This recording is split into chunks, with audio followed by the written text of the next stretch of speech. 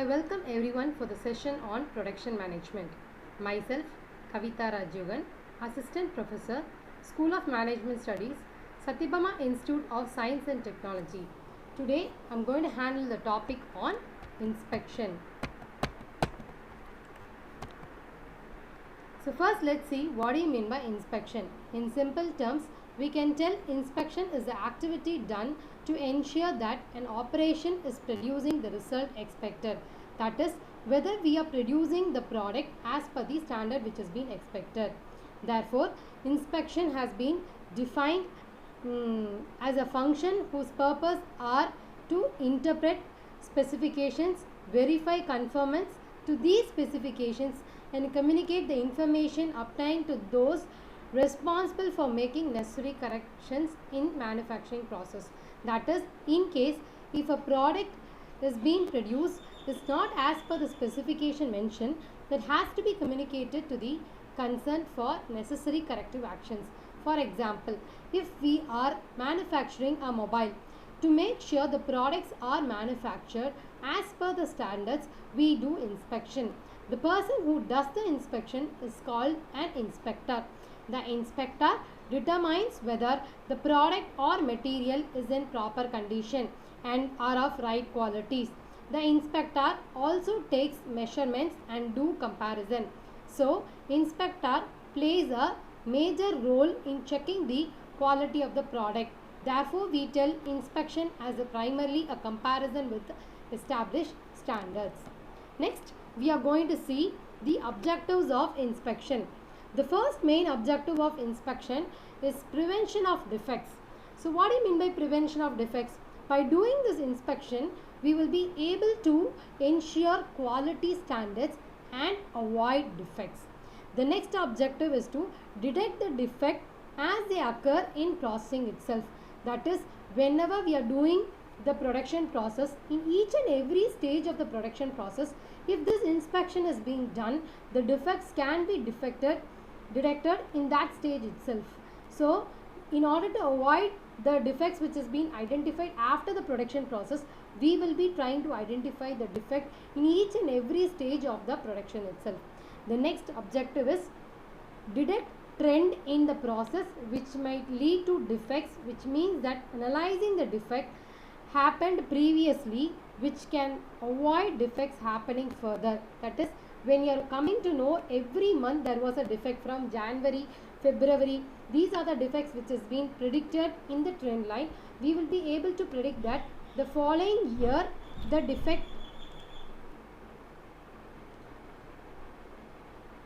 we can predict from the trend line that there are chances of problem to be occurred in the following month.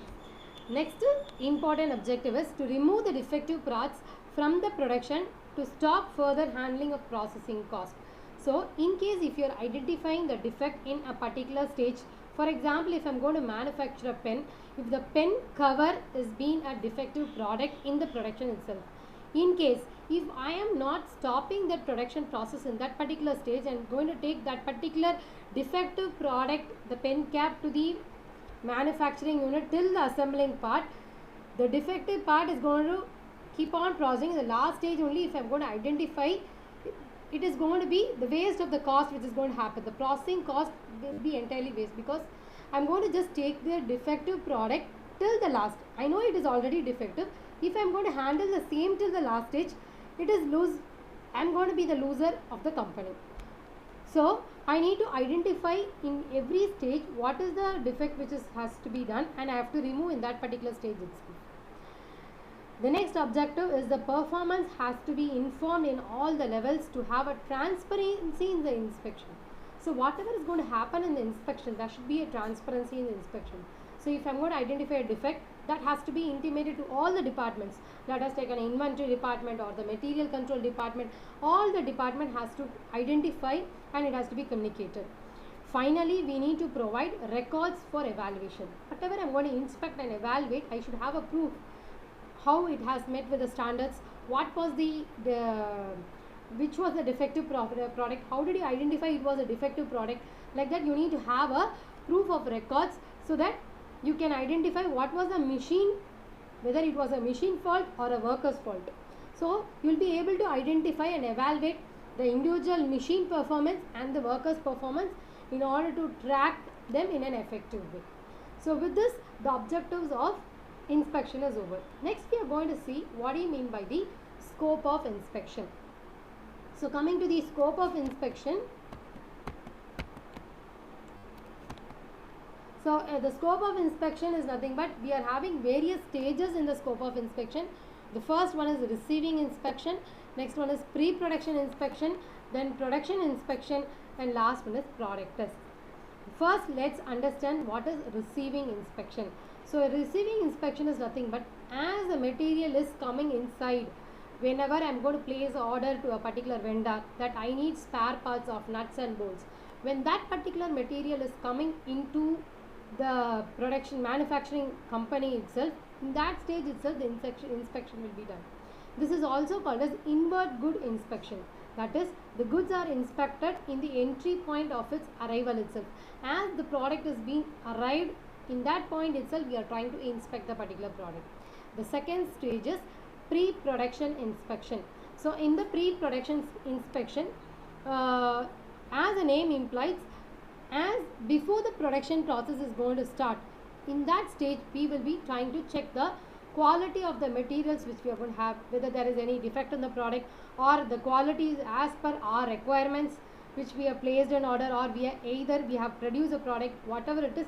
In the pre-production stage itself, I will try to identify it and I will try to detect the defects and remove it off in that stage itself, so that it will be easy for me to proceed with 100% quality products for my production unit.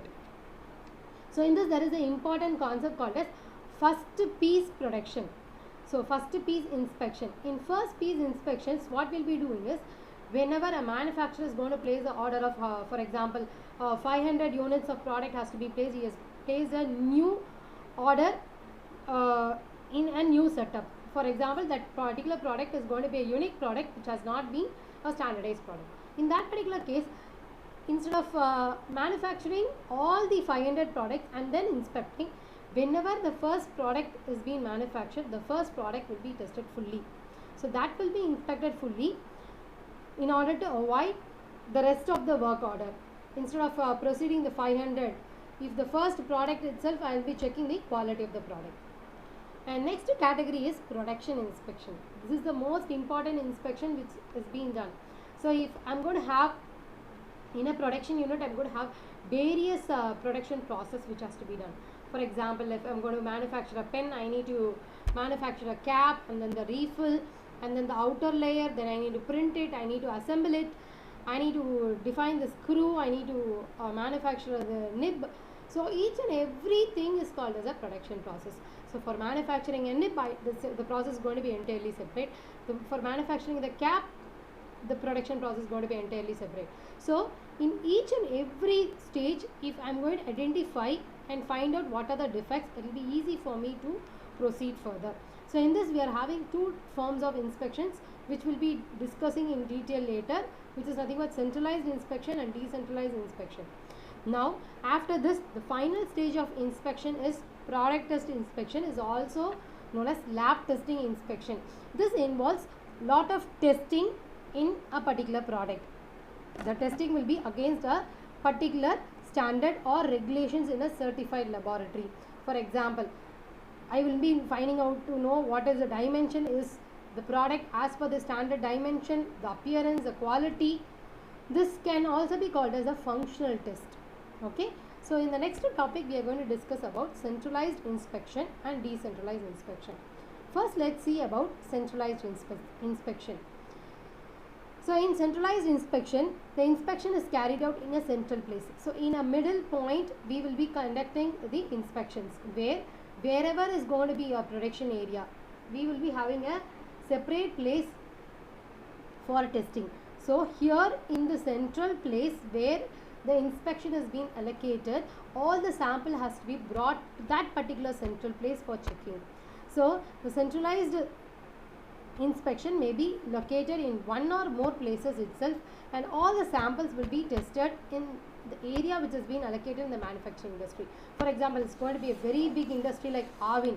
So in that case, I cannot have a particular central unit one central unit for inspection. In that case, I can have 5 to 6 central units wherein I can allocate for curd, I will be having an inspection area, for milk I will be having an inspection area, and all those equipments will be available in that particular area. And when you're going to have a centralized inspection, the main advantage is you need to have only less number of inspectors is enough, and the cost of inspections will be reduced because you're going to have only less number of people, and only you're going to take the samples.